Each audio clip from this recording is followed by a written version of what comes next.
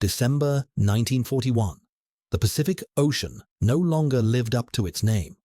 At dawn on December 7th, the roar of engines over Pearl Harbor became the signal of a new era, the era of underwater shadows. While America was still counting its dead, another force was already moving in the deep. Japan's I-boats, silent hunters, had been unleashed to command thousands of miles of ocean. And in those first months of the war, it seemed the sea truly belonged to them. By 1942, the Imperial Japanese Navy possessed one of the most powerful submarine fleets in the world. Over 100 I-class boats, dozens more under construction, each one built as a weapon of silence. These vessels were more than machines. They carried the nation's pride, its code of duty, its spiritual belief that the Emperor's eyes watched from beneath the waves. From the diary of an I-21 officer, "We are the eyes of the Emperor below the sea. They will not hear us coming." In those early months, the submarines attacked everything that floated, merchant ships, tankers, even American fishing boats. They prowled off Hawaii, California, Australia. Their success was staggering. In the first 6 months alone, they sank over 180,000 tons of Allied shipping. American newspapers called them "ghosts in the Pacific. The Empire rules the deep." These victories built a myth among the Japanese crews that underwater they were invisible and untouchable. Silence was their armor, depth their sanctuary. But none of them knew that, even then, in secret American laboratories, scientists were working on something that would make the ocean reflect sound, a weapon that would soon turn the sea into a mirror. Life aboard a submarine was a ritual of tension and faith. Every dive began in silence. Portraits of the Emperor hung on the bulkheads. Each watch started with a bow. The officers taught, "If you die beneath the sea, the Emperor will see your courage through the waves." To them, defeat did not exist. If surrounded, detonate. If disabled, die with the ship. They were kamikaze of the deep. The Pacific nights of 1942 were pure darkness. No stars, no light, only the faint glimmer of periscopes and the rumble of engines far below. Dozens of steel shadows slid silently near Oahu, San Diego, and Midway. American destroyers lacked effective radar, and Japanese submarines exploited this, surfacing at night to strike. The sea became a hunting ground. From the log of I-19, "At night the Pacific is ours. Their lights are stars for our torpedoes." Their Type 95 torpedoes were the fastest in the world, 55 knots, nearly bubbleless. The Americans called them silent killers. They could destroy a ship 10 miles away. At the Battle of the Solomon Islands, one torpedo sank the heavy cruiser USS Wasp. Each explosion confirmed the myth of mastery. Each success whispered the same belief: the ocean belongs to the Empire. In Washington, those first months felt like humiliation. U.S. submarines were plagued by faulty torpedoes and obsolete systems. Admirals admitted, "They control the sea beneath. We control only the surface." But behind closed doors, a different war had begun, the war for sound. At the Massachusetts Institute of Technology and Bell Labs, scientists started developing an idea, a network of underwater ears that could hear a submarine before it was seen. It was the first spark of what would become Sonar Buoys. Yet for now, Japan still ruled the depths. At dawn on March 3, 1942, submarine I-25 surfaced off the coast of Oregon. The crew stepped out into the cold Pacific air. The captain stood on the conning tower, watching the horizon glow. "Look at it," he said. The ocean belongs to Japan now. Those words, proud and certain, would later haunt the survivors when everything changed. 1942 became the year of disillusionment. American submarines failed, torpedoes misfired, convoys sank. Admirals quietly admitted the Japanese fought the underwater war better. But deep inside Washington, a new kind of army was forming, an army of engineers, scientists, and analysts who understood that the power of the 20th century would be born not on the battlefield, but in the laboratory. In June 1942, President Roosevelt signed an order establishing the Office of Scientific Research and Development, OSRD, an institution designed to turn science into a weapon. The man chosen to lead it was Dr. Vannevar Bush, an engineer who would later pioneer the ideas that inspired the Internet. He said, "The war will be won by those who can see what others can't hear." That same summer, fate delivered an extraordinary gift. In August 1942, American forces captured the damaged Japanese submarine E-1 near the Solomon Islands. Engineers dismantled it like a watch. Inside, they found a hull forged from high-grade steel, sophisticated hydroacoustic systems, and a noise-reducing outer coating. The discovery shocked them. Japan was nearly 2 years ahead in submarine acoustic technology. But now, America knew what had to be surpassed. Across Massachusetts, Rhode Island, and California, new acoustic laboratories emerged overnight. Physicists, radio engineers, even musicians worked on a single radical idea: active echo detection. Send a sound, hear it come back. Thus was born the American concept of sonar, sound navigation and ranging. We decided to fight their silence with sound. Dr. Guyot, Bell Labs, 1943. The first experiments took place in the quiet coves of Long Island.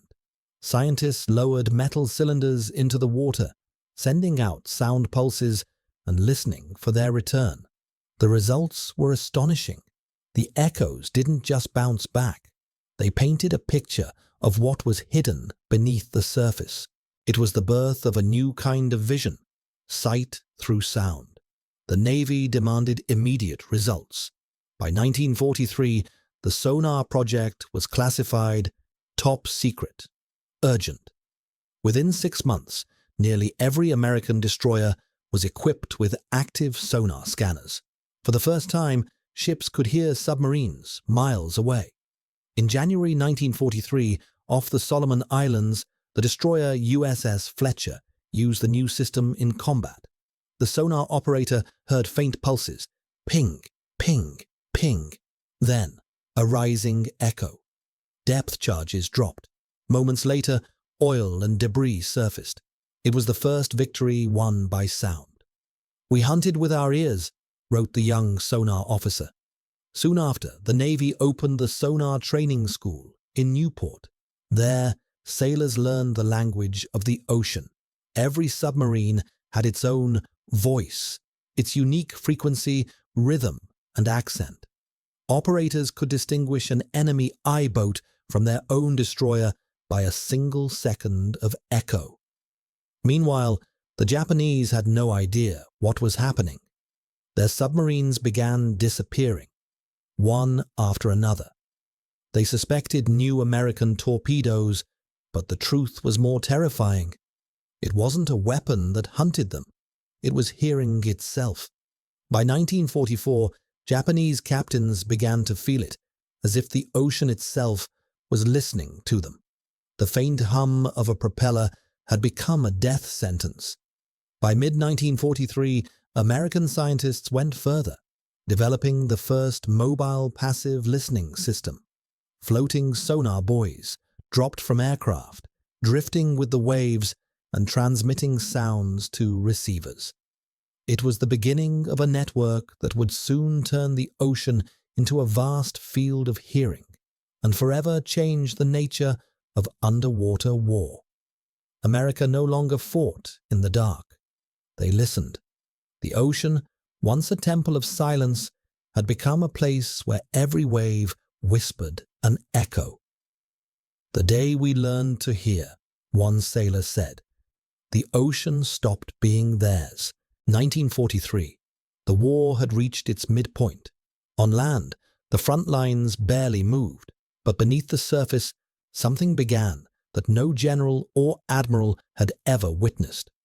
The ocean became a theater of silence, and for the first time, America's ears heard the impossible. In Boston, San Diego, and New London, hidden behind university walls, new military divisions appeared. No uniforms, no weapons, only microphones, wires, and oscilloscopes. On their doors, underwater sound laboratory. Inside, students and professors turning acoustics into a weapon. They knew that to defeat the submarine, you first had to understand how the ocean itself sounded. We were not fighting submarines. We were fighting physics. Professor Walter Mansfield, MIT, 1943. Up to that point, sonar had been active.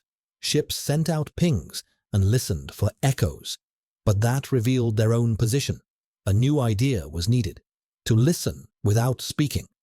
Thus was born the passive sonar, a hydrophone capable of hearing the faintest sounds, propellers, pumps, even the hiss of compressed air.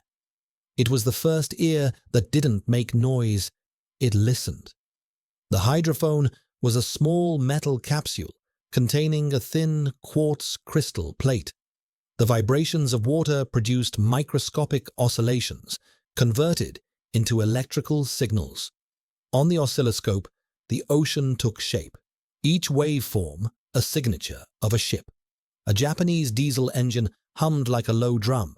An American one pulsed like a heartbeat. Every engine had a fingerprint. Engineer Robert Kramer, Bell Labs, 1943. Aboard the old trawler USS Bathurst II, a team of engineers conducted the first real test. They lowered a hydrophone 300 feet down and caught a faint but steady rhythm. A propeller's beat at 120 hertz. It was a Japanese I-boat 10 miles away. No radar, no sight, only sound. They had heard the enemy for the first time in human history. Each captured noise was recorded on magnetic tape. Soon, the Navy had created a library of the sea, an archive of diesel tones, turbine hums, shaft vibrations. Operators learned to recognize enemies by ear, like musicians identifying chords. One of them said, "After months underwater, you can tell the make of an engine by how the water trembles." But listening to the ocean was harder than expected. Waves, rain, even whales created a wall of noise. Engineers began designing mathematical filters, the ancestors of modern digital signal processing. They were the first to realize the war of the future would be a war of signal versus noise. At Bell Labs, researchers built hydrophone arrays, chains of dozens of underwater microphones that could determine direction. It was the birth of the system that would later evolve into SOSUS, a global undersea listening network spanning the Atlantic and Pacific. The ocean has no secrets anymore. U.S. Navy Memorandum, 1944. The first ships fitted with passive hydrophones set sail in the spring of 1943. Operators sat in dark rooms, headphones on, surrounded by the symphony of the sea. Every new tone could mean life or death. Sometimes they listened for days, until suddenly a rhythm emerged. Steady, alien, mechanical. "That's them," they whispered. "Time to wake the destroyer." Japanese captains were baffled. They changed propeller speeds, cut engines, drifted in silence, trying to become invisible. But the ocean now spoke a new language, the language of electricity and vibration. Every ripple betrayed their presence. By autumn 1943, the U.S. Navy formed its first hunter-killer groups. task forces of destroyers and aircraft guided entirely by acoustic coordinates. Now, submarines could be not only heard, but hunted. At an MIT lab, one technician recorded the sound of the deep, the wash of waves, the creak of hulls, and then, faintly, a metallic tapping. He smiled and said, "That's not the sea. That's someone trying to hide." The phrase became the title of a classified report, "Hearing the Deep." From that moment on, the ocean was no longer silent.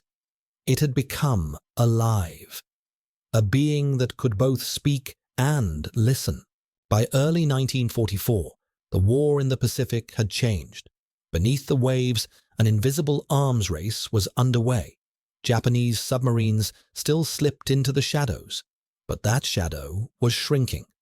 America could already hear. Now it wanted to hear everywhere. In December 1943, inside the Naval Research Laboratory in San Diego, acoustic engineer Ralph Hutchinson drew a simple sketch on a chalkboard.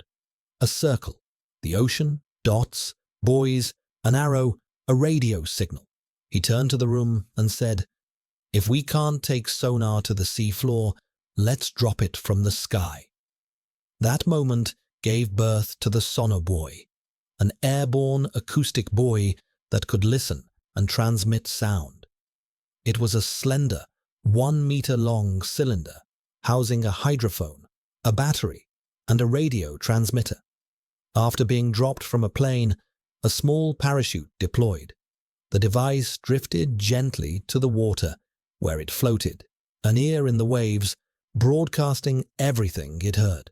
Above, aircraft tuned in to its signal.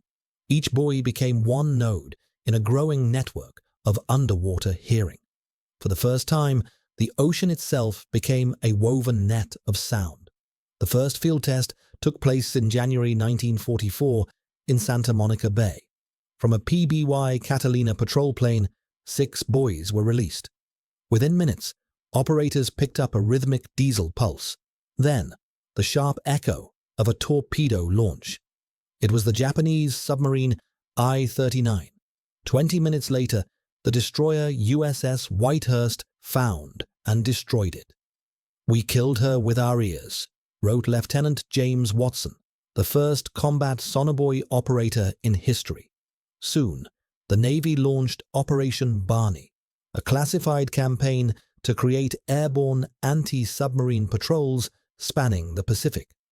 These patrols hunted where submarines had once roamed freely, around the Marianas, Luzon, and Formosa. The method was precise and terrifyingly effective. Aircraft released dozens of buoys along suspected routes. Each listened on its own frequency. When even one detected a sound, operators triangulated the source. At the center of that triangle, the target. The sea was no longer a hiding place, one report said. It became a map. Sonobuoys united the air and the sea. Aircraft became the ears, destroyers the hands. One listened, the other struck. It was a new kind of warfare, coordinated, mathematical, so precise the enemy never realized he'd been found until it was too late. The ANCRT-1 model could operate 6 hours, listening from depths of 30 meters, transmitting on 375 MHz. It weighed just 30 pounds, light enough for aircraft to scatter them by the hundreds. A single plane became a dispenser of ears. "The sky had ears now," wrote Time magazine in 1944. Each new buoy was the result of thousands of hours of labor. Women at Bell Labs soldered circuits. Physicists tested quartz crystals in saltwater tanks. Every improvement meant lives saved. Every failure, lives lost. With each redesign, the devices became quieter, clearer, deadlier. In summer 1944, Patrol Squadron 11 intercepted the Japanese submarine I-29, carrying blueprints of the German Me-262 jet fighter to Japan. Buoys detected it 90 miles off Luzon. After 14 minutes of triangulation, The destroyer USS Swordfish attacked on the coordinates. The submarine never resurfaced. That night, wrote the squadron commander, we knew the ocean belonged to us again. By autumn, Japanese officers began recording strange experiences. They reported hearing faint pulses, echoes that seemed to answer their own. In the diary of an I-37 officer, we are surrounded by ghosts. The water whispers our death. Every surfacing became a gamble. A compressor's hiss or the hum of a propeller could trigger a reply, a ping from nowhere. Men began to fear the sound of the sea itself. Silence became our only armor. By the end of 1944, the United States had produced over 65,000 Sonar Buoys. Their detection success rate reached 80%. Of 126 Japanese submarines destroyed, more than half were located through this network of floating ears. It was humanity's first true networked weapon. In a small radio shack, operators listened to the ocean. First the wash of waves, then a steady metallic rhythm. Ping, ping, ping. One sailor whispered, "We can hear them breathe." Another replied softly, "That's not them breathing. That's the sound of the ocean changing sides." 1944 marked the end of invisibility. Just a year earlier, Japanese submarines had vanished into the night. Now the night itself was watching them. Where once there had been only the sea, there was now a system, invisible, silent, as if the ocean had grown a wall of glass. The Americans called it the acoustic grid. The Japanese called it the silent death. Sonar buoys, ships, and aircraft merged into a vast network of listening. In every square of the Pacific, dozens of floating ears drifted in the current, each buoy a node, each pulse a warning. It was no longer a navy. It was an organism, steel and circuitry replacing instinct. It was like throwing glass beads into the ocean and suddenly seeing the shape of a shark. Engineer Robert Wilkins, U.S. Navy. Acoustic Division, 1944. By the autumn of 1944, Japanese submarines could barely leave port without being heard. Around Saipan, the Philippines, and the Marianas, the sea buzzed with invisible radio waves. American destroyers patrolled with sonar. Aircraft dropped buoys from the sky, and every mile of water between them was as clear as glass. No submarine could move without leaving its trace in sound. In November 1944, the submarine I-37 received orders to attack a U.S. convoy near Palau. Its crew trusted the darkness, but that darkness was already listening. Buoy number 47 caught the faint hum of a diesel engine. The destroyer USS Spangler turned. 15 minutes later, contact confirmed. 3 depth charges, a burst of oil, silence. They never saw us. They just knew. Intercepted Japanese transmission. November 1944. The realization spread through the Imperial Navy. The ocean no longer protected them. Every movement, every vibration of a propeller reflected through the water like light in a mirror. They called it Keige no Umi, the sea of shadows. Depth, once a sanctuary, had become an amplifier of death. Even silence betrayed us, wrote Captain Iwata of submarine Oi-45, destroyed off Luzon. Men began to lose faith in steel. Vessels built as hunters had become tombs. Crews shut down engines, drifted for hours, yet the buoys still heard the faint resonance of metal hearts beating underwater. One report described a commander ordering his crew not to move, so the ocean would not hear the heart of the ship. In Japanese ports, rumors spread of ghost microphones dropped from the sky. Some captains refused to sail. Others took their own lives after losing entire crews. The sea is alive and it no longer forgives. From a letter by the chief engineer of I-41, lost December 1944. From January to June 1945, American forces destroyed more than 80 Japanese submarines. Each battle unfolded the same way. Silence, signal, ping, explosion. No survivors. We used to search for them. Now they come to us. Admiral Chester Nimitz, spring 1945. The sea itself had turned against them. Every creak, every whisper inside the hull felt fatal. Engineers spoke in murmurs. For 12 hours at a time, crews froze in silence until one sound betrayed them, and death rose from below. In Washington, strategists began to realize that control of the ocean no longer depended on ships, but on frequencies. It was the first digital victory of the analog age. Newspapers declared, "Our Navy can hear the whispers of the sea." That spring, before departing on his final mission, one Japanese officer wrote in his journal, "Once, the ocean was ours. It carried our dreams, our empire, our pride. Now it carries our echoes." His submarine never returned. At the site of its sinking, only oil slicks were found, and a single wooden crate floating on the waves, stenciled with the words, "Sound defeats silence." March 1945. The Pacific looks calm. No storms, no gunfire. But in that silence, a new form of death waits, one that sounds.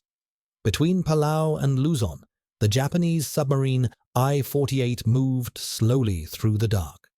She was one of the last of the old school, commanded by veterans who still believed in the power of depth and silence.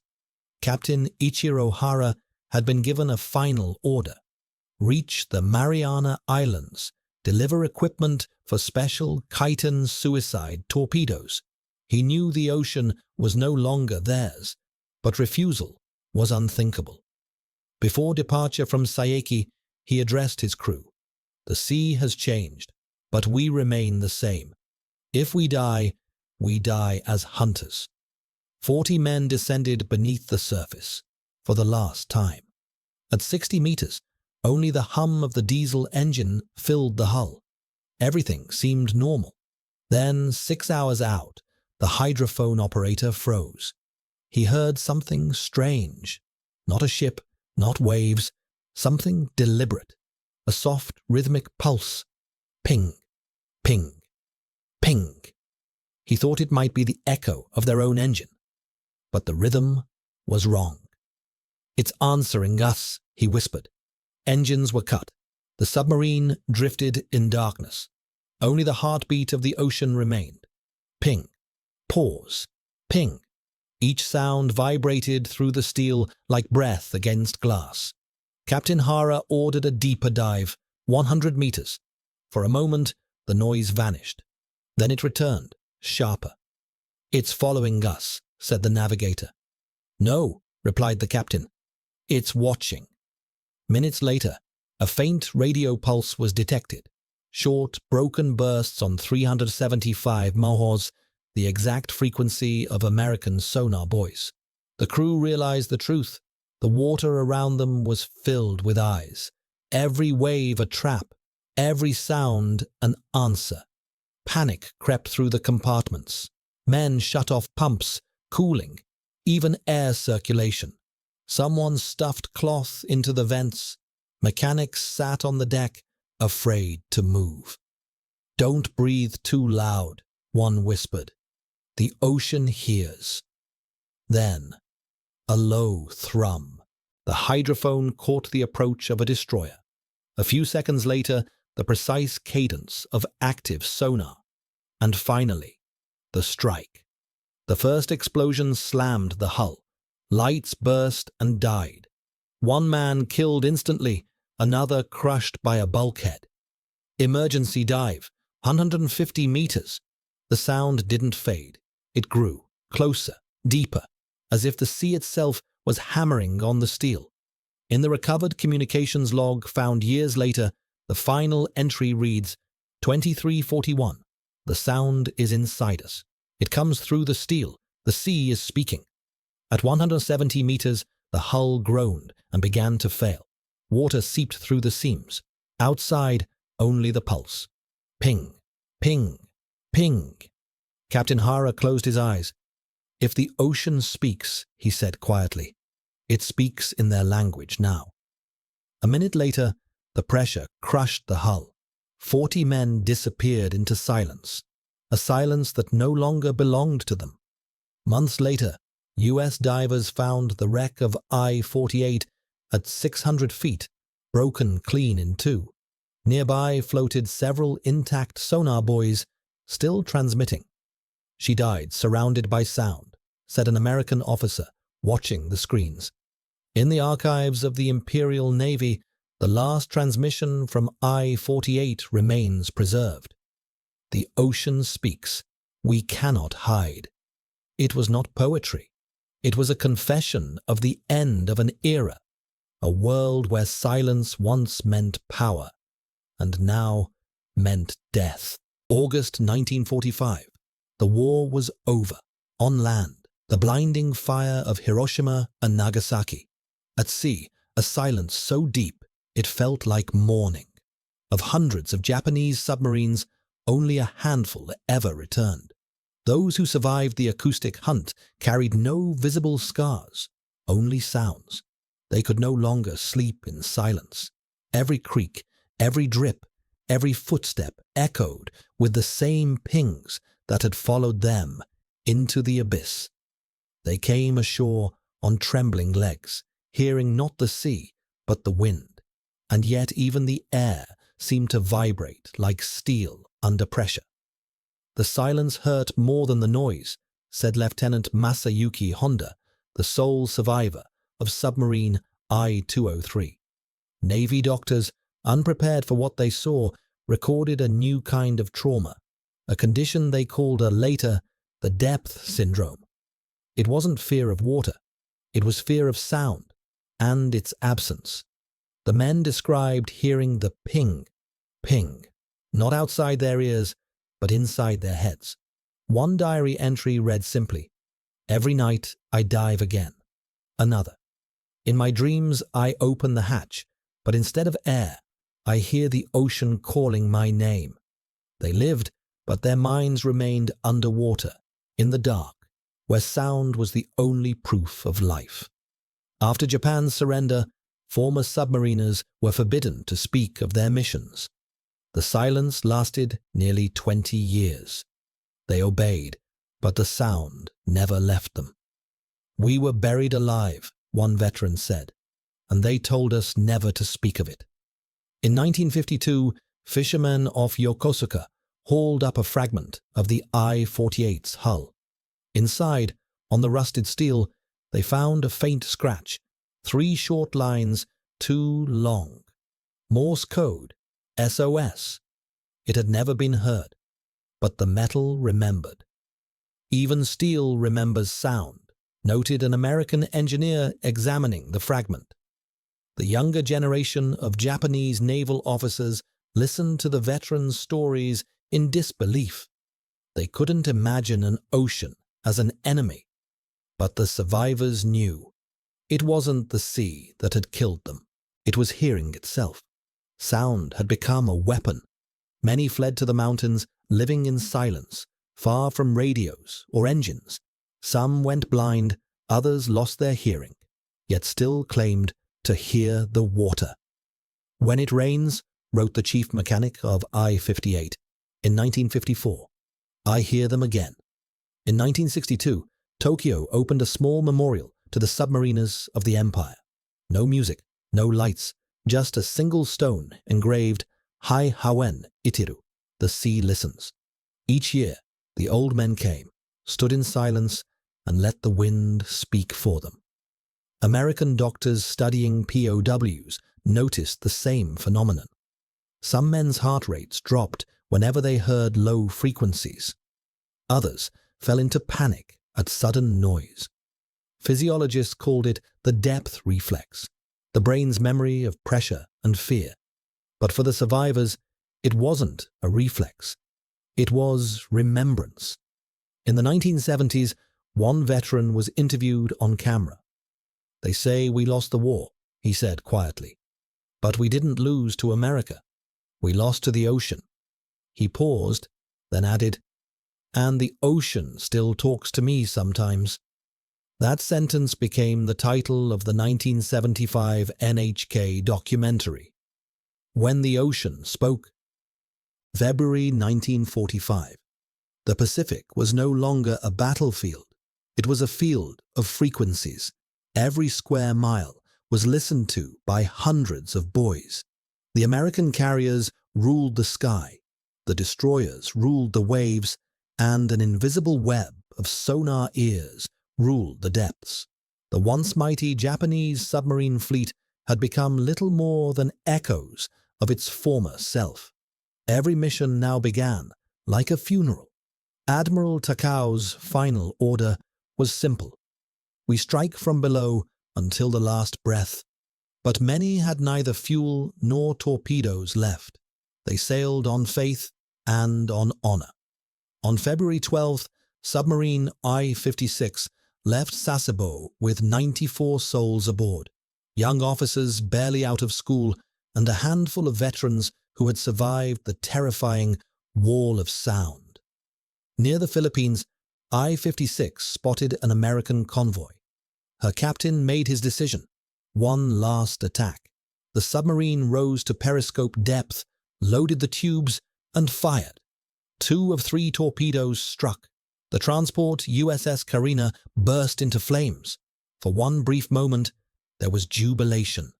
Then came the answering sound. Soft, distant, mechanical. Ping, ping, ping. The Avenger patrol plane had already dropped its buoys. Within seconds, at 375 megahertz, the ocean began to whisper coordinates. Destroyers USS Amick and USS Kendall C. Campbell received the signal. They moved in for the kill. 4 perfect passes. Depth charges fell like clockwork. Every 5 seconds, pressure, cracking steel, the shriek of the hull. Inside I-56, the lights died. Water surged through the pipes. A mechanic shouted, "The sea is singing again." 90 seconds later, the submarine split in 2. Oil and debris surfaced, nothing else. 94 men vanished into the black, but others still sailed. I-58, I-361, I-401, the last ghosts of the Imperial Navy. They no longer believed in victory, only in memory. Captain Mochitsura Hashimoto of I-58, who would later sink the USS Indianapolis, wrote in his log, "We are ghosts already. We fight for the memory of the ocean." By then, the Americans had reached perfect coordination. Patrol planes, destroyers, and sonar buoys operated as a single organism. A hunter-killer commander described one battle. "We never saw them. We only heard them, and that was enough." The sea had ceased to be an arena. It had become a machine, an algorithm made of metal, men, and radio waves. Sound, input, command, reaction, explosion, result. It was war without emotion, only physics. Sonar operator USS English, March 1945. In April, submarine I-361 attempted to slip past the cordon off Okinawa. At 0317, a buoy picked up the faint pulse of her diesel. An Avenger dropped a flare. For a heartbeat, the periscope glinted in the moonlight. 12 minutes later, 4 direct hits. The crew never surfaced. The Navy report read coldly, "Target neutralized by acoustic triangulation." No mention of men. By summer 1945, Japan had lost 131 of its 164 submarines. Of 15,000 submariners, fewer than 1,000 came home. Death beneath the surface left no graves, only a final sound, the escaping breath of a crushed hull. The buoys caught it sometimes, recorded it, a soft sigh of defeat beneath miles of water. After the war, an American admiral summed it up. "We didn't destroy their submarines. We destroyed the idea of hiding." And he was right. After 1945, the ocean would never again be a place of invisibility. When the smoke cleared and the waves grew still, the Pacific was quieter than ever before. Yet in that silence, a faint note remained, an echo heard only by those who had been there. "We were hunters once," wrote one surviving sonar operator. "Now the ocean hunts memories." 1946. The war had ended, but the sound did not. Hydrophones still picked up pulses, the echoes of old explosions, some strange metallic knocks that neither oceanographers nor engineers could explain. The Americans decided not to turn the network off. They simply retuned it. Once you hear the ocean, you can never unhear it. Admiral William Edwards, 1946. As the Cold War began, acoustic technology became an instrument of surveillance. The U.S. Navy launched Project SOSUS, the sound surveillance system. Hundreds of miles of hydrophone cables were laid across the floors of the Atlantic and Pacific, forming an invisible wall of sound. It didn't just listen for submarines. It listened to the entire planet.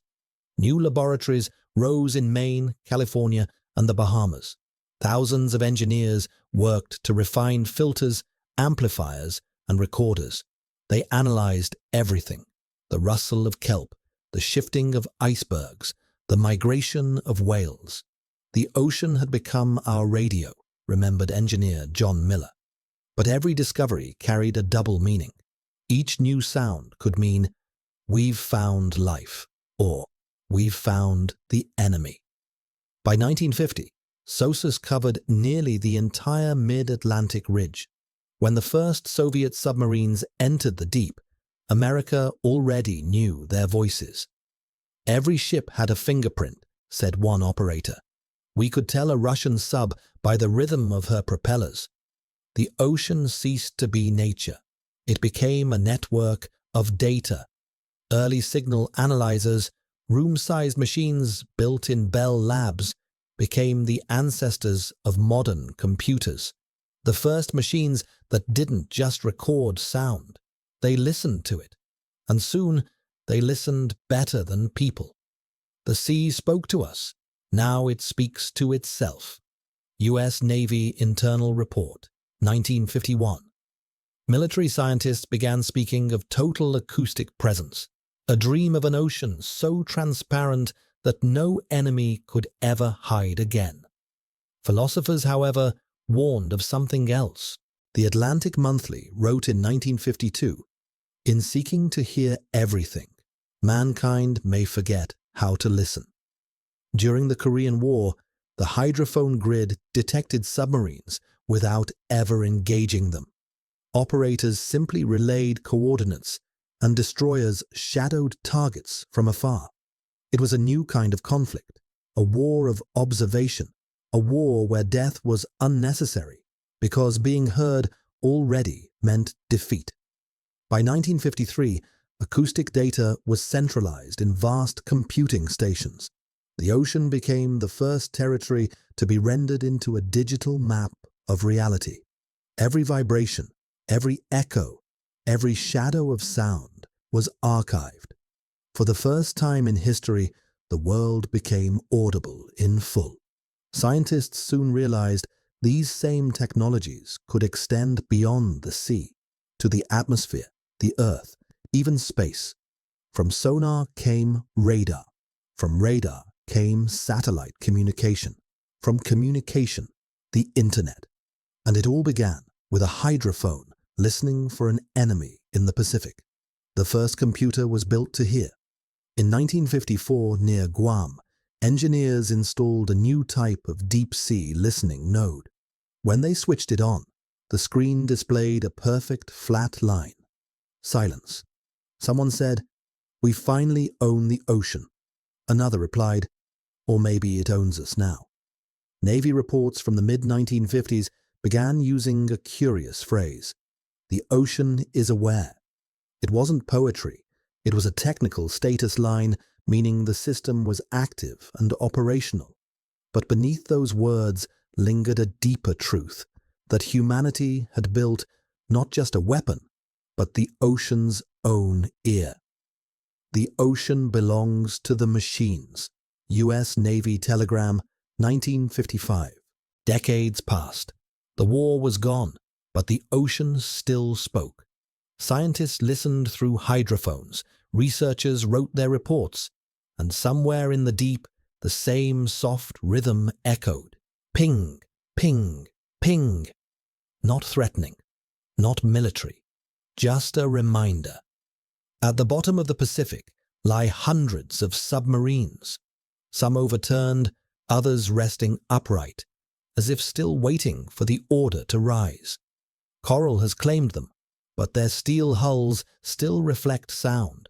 When oceanographers switch on their sonar, the waves rebound off the wrecks, and on the screen appears an echo, a flicker of silence, a breath of memory.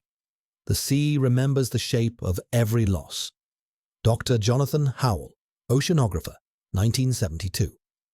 In the 1960s and 70s, American and Japanese scientists began joint dives to these silent graves. They went in search of data and found emotion frozen in metal. On some wrecks, the markings remain, names, scratches, even palm prints pressed in desperation. On one submarine off Formosa, they found an inscription carved into a bulkhead, Haigawen Iteru. The sea is listening, the same phrase now engraved on memorial stones. Modern hydrophones capture sounds no human ear can hear, strange pulses repeating every 20 seconds along the old submarine routes. Scientists call them deep scattering layer echoes. Sailors call them ghosts of sound. They sound like heartbeats, said a NASA researcher listening to recordings from 3,000 meters below. In 1991, the Ocean Memory Project digitized World War II sonar tapes, miles of magnetic film filled with pings and static. On one tape, recorded during the sinking of I-48, a faint, irregular pattern emerged. When filtered, the signal became clear. 3 dots, 3 dashes, 3 dots. SOS. 46 years after the submarine's death, its cry had finally been heard. Today, acoustic networks blanket the planet. They monitor whales, earthquakes, submarines. Every sound is logged. Every wave has a fingerprint. But sometimes, amid the noise, signals appear that shouldn't exist. Old frequencies, old rhythms, the same ping, ping, ping that once echoed through 1944. Physicists call it resonance, ancient sound waves bouncing between thermal layers, returning decades later. But sailors believe something else. It's not resonance, says a U.S. Navy veteran. It's memory. The ocean, like a human being, remembers pain. It just sounds different. In 2015, Japanese researcher Takeo Nakamura descended to the wreck of I-37 near Luzon. He recorded sonar data, but when he surfaced, he said only, "I heard them down there." He claimed the pings came steady, like breathing, and when he switched off the instruments, the sound continued. Today, sonar is everywhere, in phones, cars, robots. The world is built on echo. A technology born from war now listens for safety, science, and comfort. But between each signal lies a pause, a silence that carries the past. Every ping has a ghost. Science and Memory, 2019. At the bottom of the sea, the ships remain, and the ocean keeps its secrets. It doesn't hurry to reveal them. It just speaks slowly, through pressure, vibration, and time. "We wanted to conquer the sea," wrote an American engineer after the war. But in the end, it conquered our silence. And perhaps, if you listen long enough to the waves, you can still hear, not the machines, but the breath of those who sank into the deep and became part of the ocean itself.